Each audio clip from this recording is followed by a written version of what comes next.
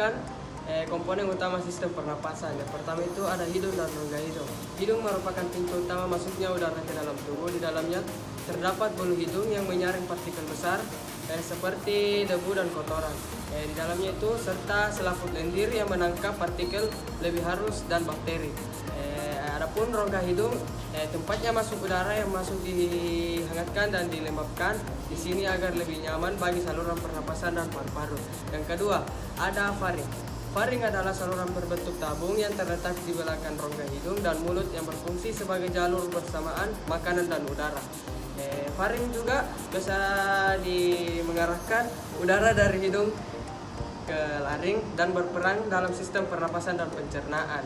Yang ketiga ada namanya laring. Laring adalah bagian dari saluran pernapasan yang menghubungkan faring dengan trakea. Di dalamnya itu terdapat pita suara yang bergetar saat kita berbicara dan sehingga menghasilkan suara yang katup epiglotis. Di laring membantu mencegah makanan masuk ke saluran pernapasan saat kita menelan dengan menutup trakea sementara. Yang keempat ada trakea atau biasa disebut dengan batang tenggorokan. Trakea adalah saluran yang kuat dan fleksibel terdiri dari cincin-cincin tulang rawa yang menjaga saluran tetap terbuka. Fungsinya itu untuk jalur utama udara dari laring menuju bronkus di paru-paru. Penjelasan ini merinci komponen utama sistem pernapasan dari hidung hingga trakea, menjelaskan fungsi masing-masing bagian. Baik, terima kasih. Baik, di sini saya akan menjelaskan yaitu bagian struktur paru-paru. Adapun yang pertama yaitu trakea. Trakea atau batang tenggorokan adalah saluran udara yang kuat dan fleksibel terbuat dari cincin tulang, bilang rawa, yang mencegah dan melepas. Adapun fungsi utama dari trakea adalah mengalirkan udara dari laring ke bronkus. Baik, adapun yang kedua yaitu bronkus. Bronkulus dan bronkulus. Bronkulus trakea bercabang menjadi dua bronkulus utama yaitu bronkulus kanan dan kiri masuk ke masing-masing paru-paru. Bronkulus berfungsi sebagai saluran udara utama yang membawa udara ke dalam paru-paru. Bronkulus bercabang lebih kecil menjadi bronkulus yang terbesar ke seluruh jaringan. Bronkulus memiliki dinding yang lebih tipis dan terakhir dia lebih cepat terjadinya pertukaran gas. Baik, adapun yang ketiga yaitu alveolus. Alveolus adalah struktur bentuk kantung kecil yang merupakan tempat pertukaran gas. Setiap alveolus dikelilingi oleh jaringan kapiler darah yang memungkinkan distribusi oksigen ke dalam darah dan korban dioksidan keluar dari darah. Baik, adapun yang keempat yaitu fungsi paru-paru. Paru-paru bertanggung jawab untuk mengambil oksigen dari udara, membuang korban dioksida produk limpa dari mobilitas tubuh. Paru-paru kanan terdiri dari 3 lobus, sedangkan paru-paru kiri memiliki 2 lobus dengan ruang akses untuk jantung. Baik, untuk lebih jelasnya silakan melihat gambar pada letak paru-paru. Selanjutnya adalah paru-paru. Yang pertama yaitu anatomi paru-paru. Paru-paru terletak di dalam rongga dada dilindungi oleh tulang rusuk. Paru-paru kanan terdiri dari 3 lobus, atas, tengah, dan bawah, lebih besar dibandingkan paru-paru kiri. Paru-paru kiri terdiri dari 2 lobus, atas dan bawah, lebih kecil karena memberikan ruang bagi jantung. Yang kedua yaitu fungsi utama paru-paru. Paru-paru berfungsi untuk menukar oksigen dan karbon dioksida antara udara dan darah. Proses ini vital untuk menyediakan oksigen ke seluruh tubuh dan mengeluarkan karbon dioksida sebagai limbah. Yang ketiga yaitu peran diafragma dalam pernapasan. Diafragma adalah otot besar yang terletak di bawah paru-paru, memisahkan rongga dada dari rongga perut. Saat ini kita menarik napas inspirasi, diafragma berkontraksi dan bergerak ke bawah, menciptakan ruang lebih besar di rongga dada sehingga paru-paru dapat mengembang dan menarik udara masuk. Saat ini kita menghembuskan napas atau ekspirasi, diafragma refleks dan bergerak ke atas, mendorong udara keluar dari paru-paru. Yang keempat yaitu proses pernafasan. Pernafasan melibatkan kerjasama antara paru-paru dan otot-otot pernafasan seperti otot interkostal untuk mengatur masuk dari keluarnya udara. Tekanan udara di dalam paru-paru berubah sesuai dengan gerakan diafragma yang memfasilitasi aliran udara. Penjelasan ini merinci struktur dan fungsi paru-paru serta bagaimana diafragma mendukung proses pernafasan. Adalah mekanisme pernapasan. 1. Proses pernapasan. Pernapasan terdiri dari dua proses utama, yaitu inspirasi inhalasi dan ekspirasi ekshalasi. Pergerakan udara masuk dan keluar dari paru-paru dikendalikan oleh perubahan tekanan dalam rongga dada yang dipengaruhi oleh gerakan otot-otot pernapasan. 2. Inspirasi inhalasi. Inspirasi adalah proses menarik udara ke dalam paru-paru. Mekanisme inspirasi.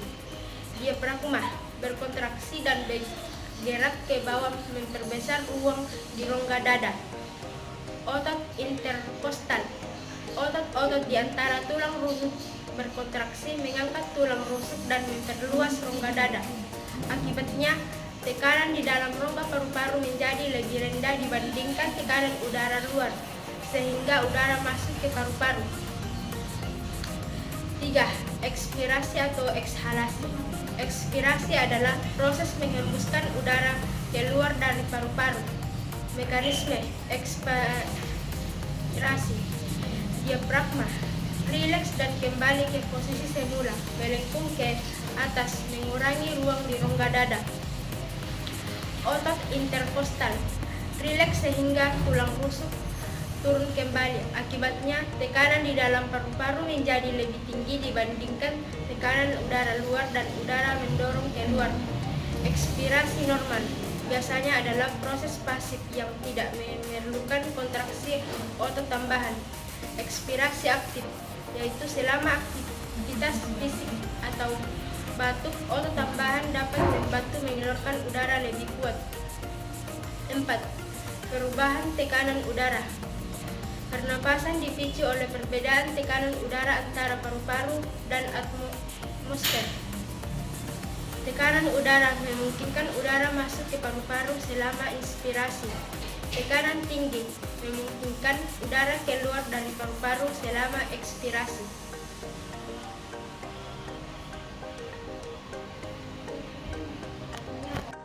Pertukaran gas di alveolus. Alveolus adalah struktur yang berbentuk kantung kecil di dalam paru-paru terletak di ujung bronkiolus. Dinding alveolus sangat tipis dan dikelilingi oleh kapiler darah yang juga berdinding tipis. Ada jutaan alveolus di paru-paru yang secara signifikan memperbesar luas permukaan untuk pertukaran gas. Yang kedua adalah proses pertukaran gas. Oksigen masuk ke darah. Udara yang dihirup mengandung oksigen atau O2 yang berdifusi melewati dinding tipis alveolus ke dalam kapiler.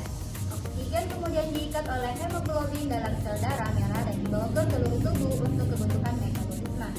Karbon dioksida keluar dari darah. Karbon dioksida atau CO2 yang merupakan limbah dari proses metabolisme sel berdifusi dari darah ke alveolus. Karbon dioksida kemudian dikeluarkan dari tubuh saat kita menghembuskan napas. Yang ketiga adalah mekanisme difusi. Difusi terjadi karena perbedaan konsentrasi gas. Oksigen berpindah dari area dengan konsentrasi tinggi alveolus ke area dengan konsentrasi rendah di darah, dan karbon dioksida bergerak sebaliknya. Proses ini terjadi secara efisien karena luas permukaan alveolus yang besar dan jarak difusi yang sangat kecil. Jadi, alveolus berfungsi sebagai tempat utama pertukaran gas dalam paru-paru.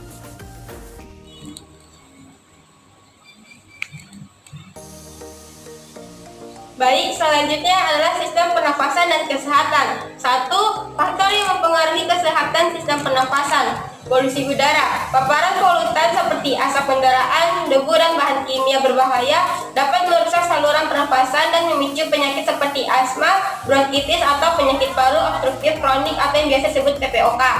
Merokok. Kebiasaan merokok sangat berbahaya bagi paru-paru. Zat kimia beracun dalam asap rokok dapat menyebabkan kerusakan permanen pada jaringan paru-paru, meningkatkan risiko kanker paru-paru, PPOK, dan berbagai masalah pernafasan lainnya. Selanjutnya, infeksi saluran pernafasan. Infeksi seperti flu, pneumonia, dan tuberkulosis dapat mengganggu fungsi paru-paru. Menjaga kebersihan tangan dan menghindari kontak dengan orang sakit dapat mencegah penularan infeksi.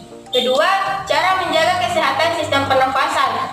Hindari yang namanya merokok. Tidak merokok atau berhenti merokok adalah langkah paling penting untuk melindungi paru-paru dari kerusakan.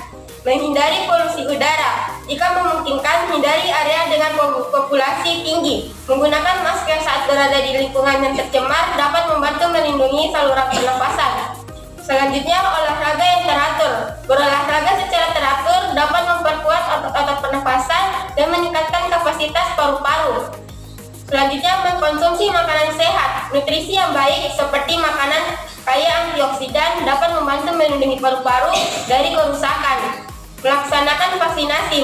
Mendapatkan vaksinasi seperti vaksin flu atau pneumonia dapat membantu melindungi paru-paru dari infeksi serius. Ketiga, pentingnya menjaga kesehatan pernafasan. Fungsi paru-paru yang sehat sangat penting untuk menjaga oksigenasi tubuh dan mendukung semua aktivitas sehari-hari. Memperhatikan kesehatan sistem pernafasan dapat mencegah penyakit kronis dan meningkatkan kualitas hidup secara keseluruhan. Baik, penjelasan ini menggarisbawahi faktor-faktor yang dapat merusak sistem pernafasan dan langkah-langkah yang dapat diambil untuk melindungi dan meningkatkan kesehatan paru-paru. Jadi, kesimpulannya adalah sistem pernafasan berperan penting dalam menyediakan oksigen yang dibutuhkan oleh tubuh dan mengeluarkan karbon dioksida sebagai limbah. Hidung merupakan komponen pertama yang memproses udara dengan menyaring, menghangatkan, dan melembabkan udara yang dihirup berkat peran bulu hidung dan selaput lendir. Setiap bagian dari sistem pernafasan dari hidung hingga alveolus bekerja bersama untuk memastikan efisiensi pertukaran gas yang dibutuhkan oleh tubuh. Pentingnya menjaga kesehatan sistem pernafasan seperti menghindari polusi dan kebiasaan merokok untuk mendukung fungsi vital tubuh.